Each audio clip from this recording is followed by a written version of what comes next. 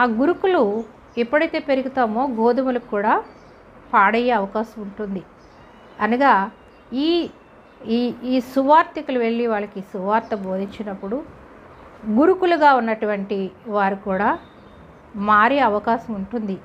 వారికి అవకాశం ఇద్దాము అంటున్నాడు. అవకాశం ఇచ్చి ఉన్నాడు ఇప్పుడు యేసయ్య మనకి.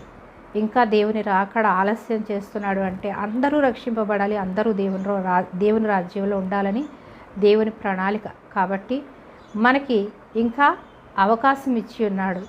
ఇచ్చిన అవకాశాన్ని మనం సద్వినియోగం చేసుకోవాలి. ఆ గోధుమలు గురుకులు మారే అవకాశం సమయం ఇచ్చాడు.